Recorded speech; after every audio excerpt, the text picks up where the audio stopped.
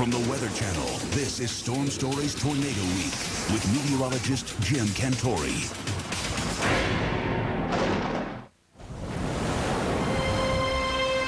Surrounded by warm waters and buffeted by colliding air masses, Florida is known as the lightning capital of the United States.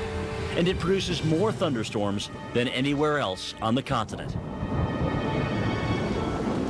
A short drive from Orlando, in the town of Kissimmee, Shirley Driver is caring for her great-grandson on an unseasonably warm February night. They'd had tornado warnings up for days at a time. And I just figured, oh, this is just another. I almost went to my sister's and changed my mind. And I thought, well, I'm just going to go on to bed, and we did. 18-month-old Jonathan is already sound asleep in his crib when the wind begins to pick up. Several miles away, Sergeant LINDELL Harris of the County Sheriff's Department is working the night shift. I was down in the southern end of the county, and the wind was really whipping down there. I'd met with some of my deputies, and I recall one of them even tell me that the last time he saw weather like this, a tornado hit. Few of Florida's countless thunderstorms ever develop into full-fledged twisters.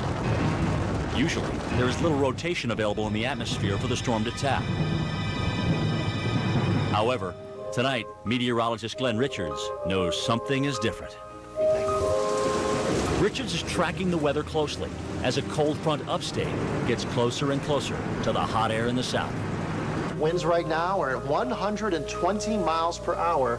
We have the strong winds up above, so we have the combination of the heat, the humidity, and really overall just the right environment for tornadoes. Which is exactly what happens. An F3 tornado hammers through the heart of Kissimmee. It's the kind of monster seen on the Midwest plains, but almost never in Florida. The churning vortex bears down on the home of Shirley Driver. But it was just like a jet was almost landing on me. It was so loud.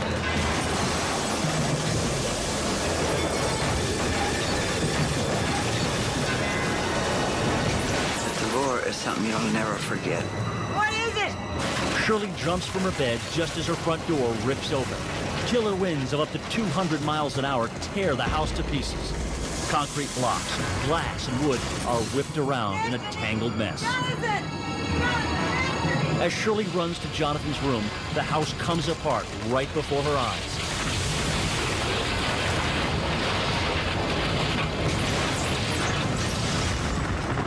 When it's over, Shirley finds herself standing in the cold night air.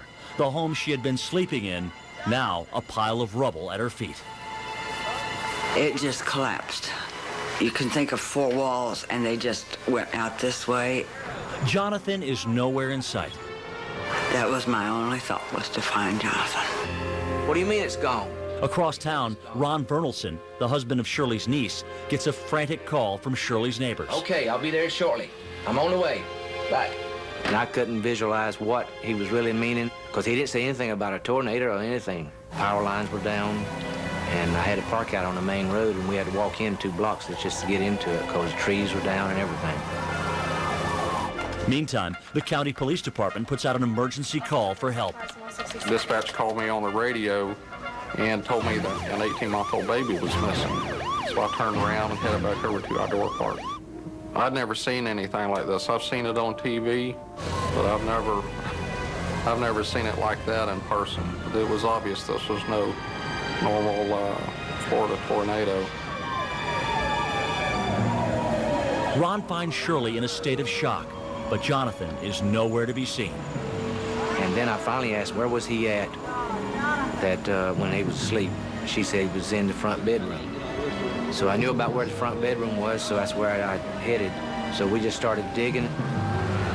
Paramedics arrive on the scene and take Shirley aside to be examined. My top of my head was black and bluish bloody, and then there was a cut on top of my head.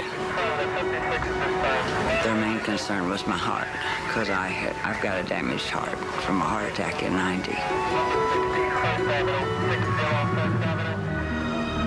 Meantime, the search party still hasn't found Jonathan. We were just looking everywhere. We went to the neighbor's house, looked in the swimming pool, we looked in their house, we looked to the other neighbor's house.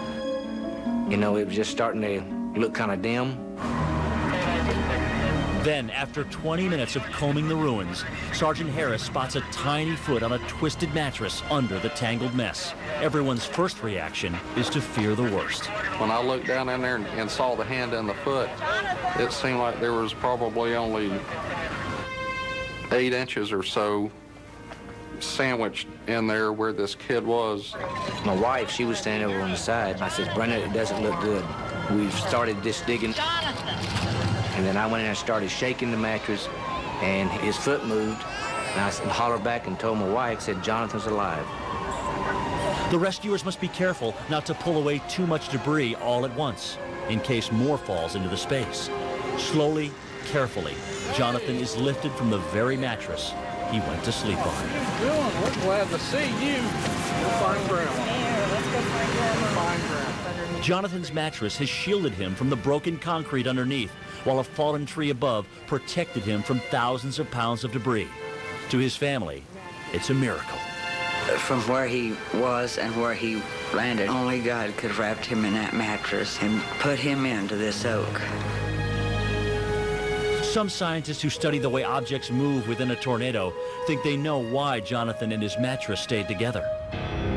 At the bottom of a tornado, debris is drawn inward and moves less violently than higher up in the vortex, where objects tend to be pushed outward. The huge difference in wind speeds within the funnel makes it possible that Jonathan was pulled in by fast-moving winds as the twister made contact, and then set down gently by slower winds in the center of the funnel, where air movement is at its slowest. Impossible. The impossible. These people need to go buy a lottery ticket because they are the luckiest people in the world. It was good to see that. One of the best feelings I've ever had, I would say. Young Jonathan has weathered the tornado with only a scratch on his forehead. His rescuers are in awe. That was a joyful time there, and a relief that nobody was killed. Because you can always rebuild a house, but you can't replace a life.